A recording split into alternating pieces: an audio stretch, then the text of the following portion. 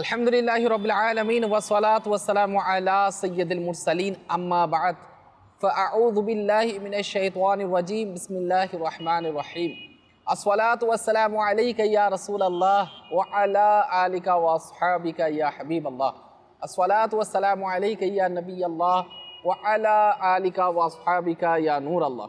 প্রিয় ইসলামী ভাইরা, মাদানী চ্যানেলের দর্শক শ্রোতা, যে যেখান থেকে দেখতে পাচ্ছেন আমাদের এই অনুষ্ঠান, উৎসাহ প্রদান সবাইকে আন্তরিক মোবারকবাদ, অভিনন্দন। আল্লাহ রাব্বুল আলামিনের দরবারে শুকরিয়া করি যে আলহামদুলিল্লাহ আল্লাহ পাক রব্বুল আলামিন আমাদেরকে শাবান মাসের মতো মুবারক মাস, রমাদানুল মুবারকের মতো পবিত্র মাস আল্লাহ আমাদেরকে দান করেছেন। তাই ইনশাআল্লাহ তাআলা এইসব মাস আমরা উৎসাহ উদ্দীপনা নিয়ে একে অপরকে অনুপ্রাণিত করে নেকির দিকে আনার জন্য চেষ্টা অব্যাহত রাখি। ইনশাআল্লাহ তাআলা সেটা আপনার জন্য, আমার জন্য নাজাতের ওসিলা হবে। আল্লাহ তাআলার সন্তুষ্টির জন্য কিছু বলার চেষ্টা করব। আপনারাও এলমে দ্বীন হাসিল করার নিয়তে মনোযোগ সহকারে শ্রবণ করেন। আল্লাহর মাহবুব সাল্লাল্লাহু আলাইহি ওয়াসাল্লামের উপর দরুদে পাক পাঠ করার কিন্তু অসংখ্য ফজিলত কিতাবের মধ্যে বর্ণিত রয়েছে। আমরা চেষ্টা করি আপনাদেরকে সেই ফজিলতগুলো শোনানোর জন্য। যেহেতু শাবান মাস আমাদের মধ্যে চলে আসছে, তো শাবান মাসের স্পেশালি ভাবে দুরূদ শরীফের একটা আমল রয়েছে, যেটা করার বরকতে ইনশাআল্লাহ তাআলা আমাদের জন্য সৌভাগ্যের বিষয় হয়ে যাবে। আসুন আমরা শ্রবণ করি।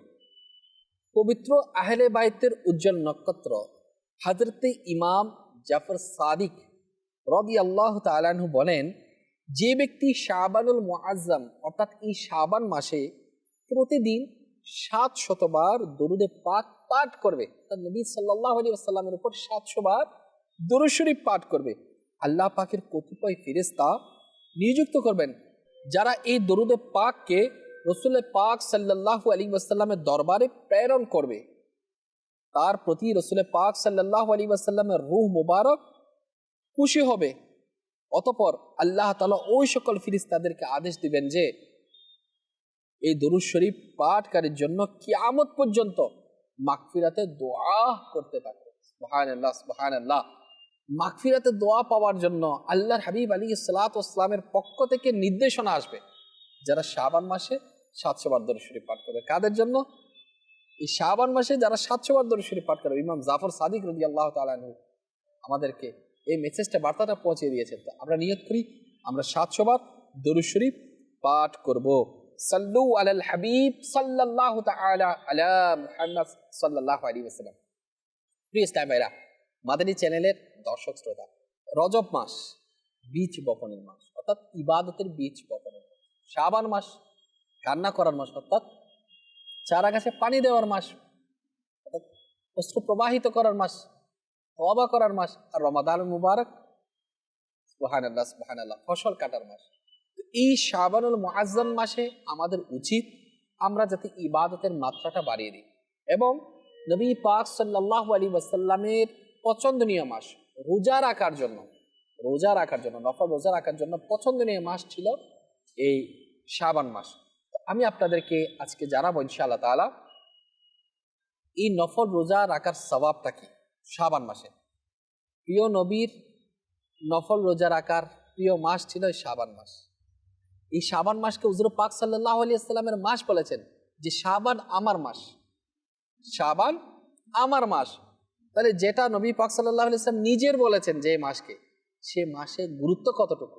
আর সেই মাসে আমরা যদি, আল্লাহ যাদেরকে তৌফিক দিয়েছেন, আমরা যদি একে অপরকে উৎসাহিত করি, অনুপ্রাণিত করি, আল্লাহ তাআলার দয়া যদি আমাদের হয়, তাহলে এই নফল রোজা রাখার মাধ্যমে কিন্তু আমাদের কামিয়াবির রাস্তা মিলে যাবে। সো দেরি না করে প্রিয় ইসলামী ভাইরা, মাদানী চ্যানেলের দর্শক শ্রোতা, আমরা সামনে অগ্রসর হই। হ্যাঁ, এর আগে একটা কথা আপনাদেরকে না বললেই নয়, বিশেষ কিছু মাস রয়েছে যেগুলো চাঁদ দেখা কিন্তু ওয়াজিব। আমরা জানি না যে চাঁদ দেখতে হবে, তাহলে আকাশের মধ্যে চাঁদ দেখা, এটার কি ফজিলত, এটা কতটুকু গুরুত্ববহ, আসলে আমরা শ্রবণ করি।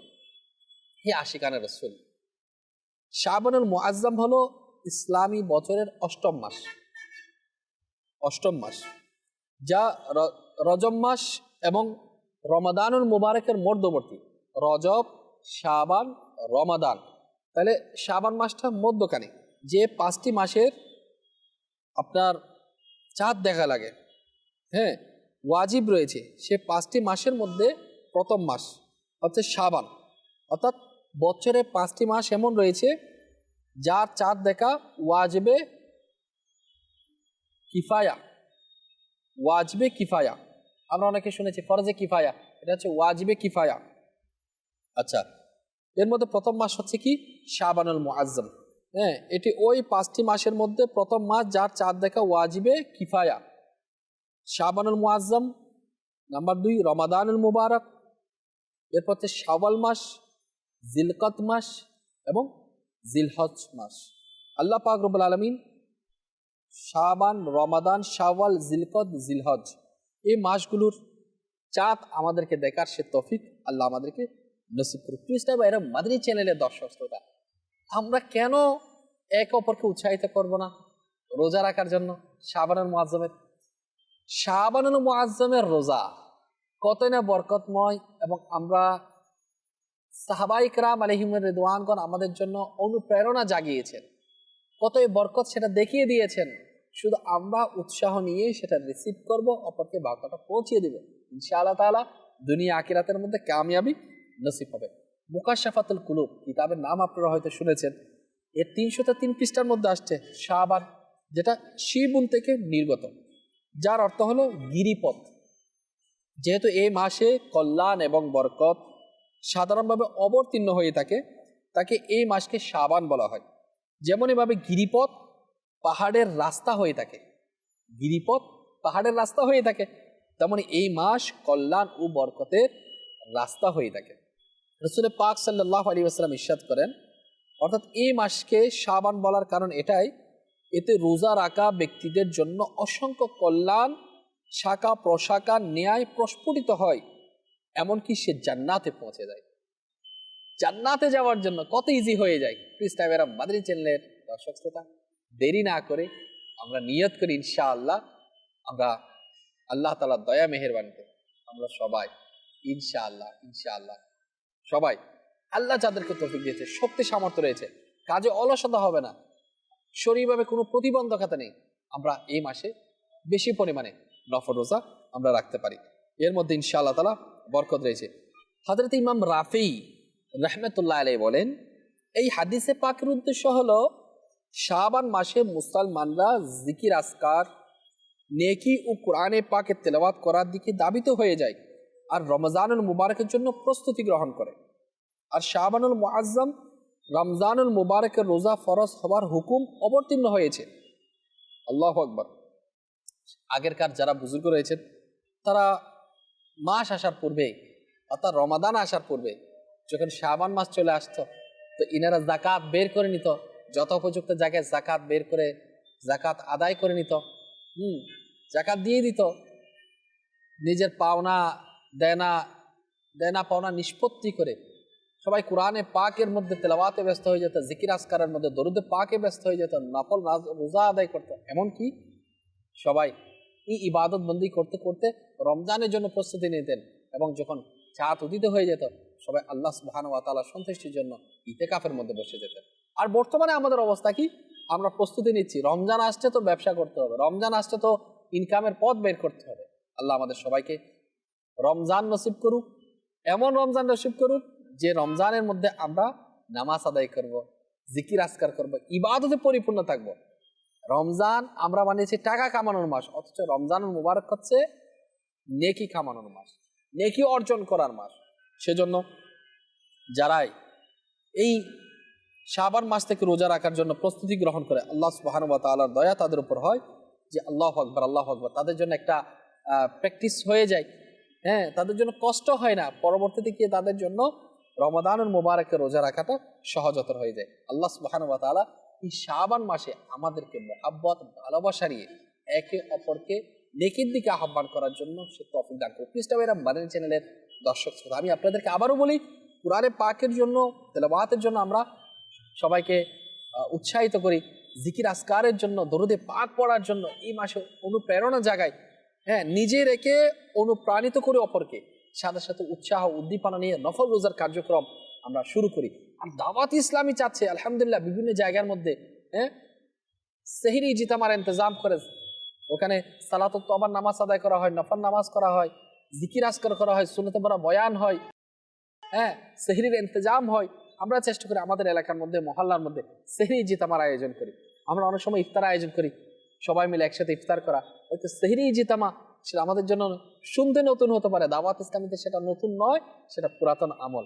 আমাদের মুক্তির জন্য, জান্নাতের পথকে সোজা করার জন্য, সহজ করার জন্য এই নেক আমলগুলো আমরা অর্জন করার জন্য এখন থেকে প্রস্তুতি গ্রহণ করি। আল্লাহ পাক আমাদেরকে সে তৌফিক নসিব করুন। প্রিয় ইসলাম ভাইরা, মাদানী চ্যানেলের দর্শক শ্রোতা, প্রিয় নবী রাসূল পাক সাল্লাল্লাহু আলাইহি ওয়াসাল্লাম যেমনইভাবে রমজানের রোজার প্রস্তুতি নিতেন, তেমনইভাবে শাবানের রোজারও প্রস্তুতি নিতেন। তাছাড়া রাসূল পাক সাল্লাল্লাহু আলাইহি ওয়াসাল্লাম রমজানের সম্মানে শাবানের রোজাকে সবচেয়ে উত্তম রোজা বলে ঘোষণা দিয়েছেন। জান্নাতি সাহাবী হযরতে সাইয়েদনা আনাস রাদিয়াল্লাহু তাআলা আনহু আমরা নাম শুনেছি। ইনার থেকে বর্ণিত, নবী পাক সাল্লাল্লাহু আলাইহি ওয়াসাল্লামের নিকট সবচেয়ে উত্তম রোজার ব্যাপারে জিজ্ঞাসা করা হলো, যেটা তিরমিজি শরীফের মধ্যে আসছে। তখন নবী পাক সাল্লাল্লাহু আলাইহি ওয়াসাল্লাম ইরশাদ করেন, রমজানের সম্মানে শাবানের রোজা। আল্লাহ পাক বুঝার তৌফিক দান করুক। ওদের জন্য আফসোস হয়, পরিতাপের বিষয়, যারা বলে যে রোজা নির্দিষ্ট করে রাখবো কেন? আরে ভাই, আল্লাহ তাআলার দয়া মেহেরবানি আমাদের উপর হয়েছে। আল্লাহর মাহবুব সাল্লাল্লাহু আলাইহি ওয়াসাল্লাম আমাদেরকে দিয়েছেন, আল্লাহ তাআলার পক্ষ থেকে নিয়ে এসেছেন। এবং তাবি বুজুর্গ দেখেন, আপনি আমাদের গোস কুতুব আবদালগণ দেখেন, আউলিয়া কিরামগণ দেখেন, নফল রোজা, নফল ইবাদত, জিকির আজকার, তো নফল ইবাদতের মাধ্যমে তারা আল্লাহ বলা হয়েছে, আল্লাহ তাআলার নিকটতম হয়েছে। এটা জিজ্ঞাসা করুন, আমি আপনাদেরকে জিজ্ঞাসা করি, ওভার টাইম কে করে? ওভার টাইম কে করে? যে নির্দিষ্ট ডিউটি পালন করে সেই তো ওভার টাইম করে। তো নফল ইবাদত তখনই হবে যখন আমি ফরজটা আদায় করব। তো ইজি বিষয়, যে নফল কার্যক্রমের কথা বলা হচ্ছে সেখানে ফরজকে তো ছেড়ে দেওয়ার কথা বলা হচ্ছে না, ফরজ আদায় করার পরেই তো নফলের কার্যক্রম। আর এই নফলের কার্যক্রম, এই ওভার টাইম যেটা আমরা করি, যেটার মাধ্যমে মালিক কর্মচারীর প্রতি খুশি হয়ে যায়, রাজি হয়ে যায়, ওভার টাইমের জন্য তাকে এক্সট্রা খুশি করে। আল্লাহ সুবহানাহু ওয়া তাআলা তো দয়াবান, সর্বশক্তিমান, স্রষ্টা রয়েছে। আমরা যদি রোজা রাখি শাবান মাস, যেটাতে আল্লাহর হাবিব সাল্লাল্লাহু আলাইহি ওয়াসাল্লাম রেখেছেন, আমরা আমাদের বাচ্চাদেরকে বলি, স্ত্রীকে বলি, মা বাবাকে বলি, সবাইকে আদেশ দিই, আমরা অনুরোধ করি যে আল্লাহর হাবিব সাল্লাল্লাহু আলাইহি ওয়াসাল্লাম শাবান মাসকে কত পছন্দ করতেন, কত সুন্দরভাবে রোজা রাখতেন, আমরা কেন রাখবো না? আল্লাহ পাক আমাদেরকেও রাখার তৌফিক দান করুন। যেমন উম্মুল মুমিনিন হযরতে বিবি আয়েশা সিদ্দিকা তাইয়্যিবা তাহেরা রাদিয়াল্লাহু তাআলা আনহা বলেন, রাসূল পাক সাল্লাল্লাহু আলাইহি ওয়াসাল্লামের শাবানের রোজা রাখা অন্যান্য মাসের চেয়ে বেশি পছন্দনীয় ছিল। এই মাসে রোজা রাখতেন, অতঃপর একে রমজানের সাথে মিলিয়ে দিতেন। আল্লাহু আকবার, আল্লাহু আকবার। আমি যেটা বললাম সেটা আবু দাউদ শরীফের মধ্যে রয়েছে। এরপর এখন যেটা বলবো সেটা বুখারী শরীফের 1970 নং হাদিস মুবারাকা, উম্মুল মুমিনিন হযরতে বিবি আয়েশা সিদ্দিকা তাইয়্যিবা তাহেরা রাদিয়াল্লাহু তাআলা আনহা বলেন, ইনার থেকে বর্ণিত, নবী পাক সাল্লাল্লাহু আলাইহি ওয়াসাল্লাম সম্পূর্ণ শাবানে রোজা রাখতেন আর ইরশাদ করতেন, নিজের সামর্থ্য অনুযায়ী আমল করো, কেননা আল্লাহ পাক ততক্ষণ পর্যন্ত আপন অনুগ্রহ বন্ধ করে না যতক্ষণ পর্যন্ত তুমি বিরক্ত হয়ে যাবে না। অর্থাৎ আমরা যতক্ষণ বিরক্ত হয়ে যাব না ততক্ষণ পর্যন্ত আল্লাহ পাক রব্বুল আলামিন অনুগ্রহ বন্ধ করবেন না। আল্লাহ তাআলার অনুগ্রহ জারি থাকবে আর আমরা আমল করতে থাকবো। আমল করলে তো আল্লাহ পাক রব্বুল আলামিনের অনুগ্রহ দয়া হবে। আল্লাহ পাক আমাদেরকে বুঝার তৌফিক দান করুক। বুখারী শরীফের ব্যাখ্যাকারক হযরতে আল্লামা মুফতি শরীফুল হক আমজাদি এই হাদিস পাকের আলোকায় বলেন যে এই হাদিস পাকের উদ্দেশ্য হলো শাবানের অধিকাংশ সময় রোজা রাখতেন। যেভাবে যদি কেউ বলে আমি সারা রাত ইবাদত করেছি, যে সারা রাত ইবাদত করার মধ্যে সে পানীয় পান করেছে, সে আহারও করেছে, সারা রাত ইবাদতের মধ্যে সে কথোপকথনও করেছে, অর্থাৎ অধিকাংশ সময় ইবাদত করার মাধ্যমে যেমন সারা রাত গণ্য হয়, ঠিক তদ্রূপভাবে অধিকাংশ সময় অধিকভাবে রোজা রাখার কারণে সম্পূর্ণ মাস রোজা রাখতেন, সেটা বলা হয়েছে।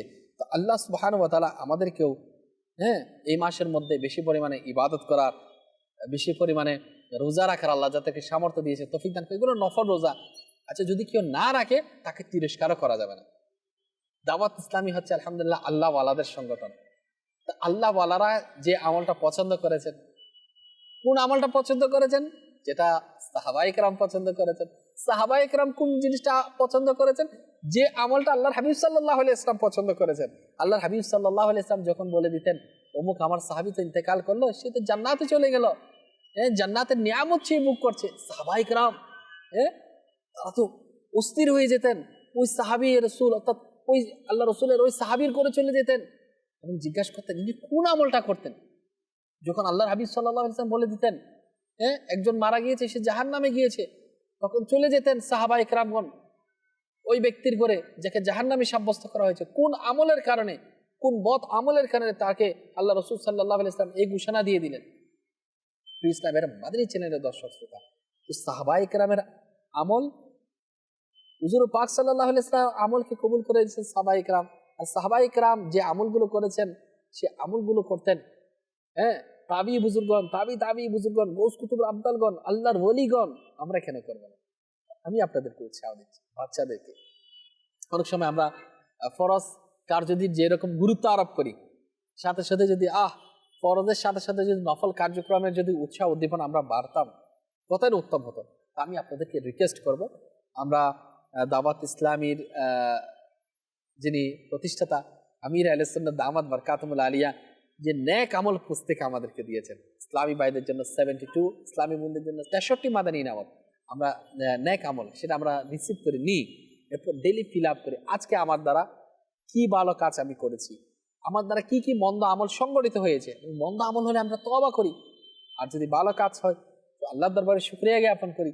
এই শাবান মাস তার ইজ্জত সম্মান রক্ষা করার জন্য নিজেকে গুনাহ থেকে বাঁচাতে হবে, আর গুনাহ থেকে বাঁচানোর জন্য উত্তম পন্থা হচ্ছে নফল রোজা আদায় করা। তার নাম রোজা রাখার অভ্যস্ত করি, না পারি অন্তপক্ষে সোমবার রাখি, 4 সোমবার 4টা রাখতে পারি। আর যদি সুযোগ হয় প্রথম শাবান, পহেলা শাবান, 15 তারিখ শবে বারাতের যে রোজা সেটা আদায় করি। আর যদি সুযোগ হয় শুক্রবার, বৃহস্পতিবার করেও রাখতে পারি। আল্লাহ যেমনটা সুন্দর আমাদেরকে নসিব করে সেভাবে আমরা রাখার চেষ্টা করি।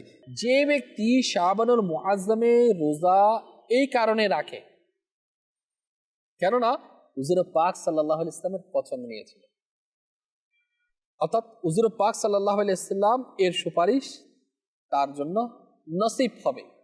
কতই না সৌভাগ্যের বিষয়। আমরা নিয়ত করি ইনশাআল্লাহ তাআলা হুজুর পাক সাল্লাল্লাহু তাআলা আলাইহি ওয়াসাল্লামের এই প্রিয় মাস, পছন্দনীয় মাসকে আমাদের পছন্দনীয় মাস করে নিই। আসলে রজব এবং রমাদানুল মুবারকের মধ্যবর্তী হচ্ছে শাবান মাস, আর লোকেরা এই মাসের মধ্যে একটু উদাসীন থাকে, আর আল্লাহর হাবিব সাল্লাল্লাহু আলাইহি ওয়াসাল্লাম এই মাসকে পছন্দনীয় করে নিয়েছেন।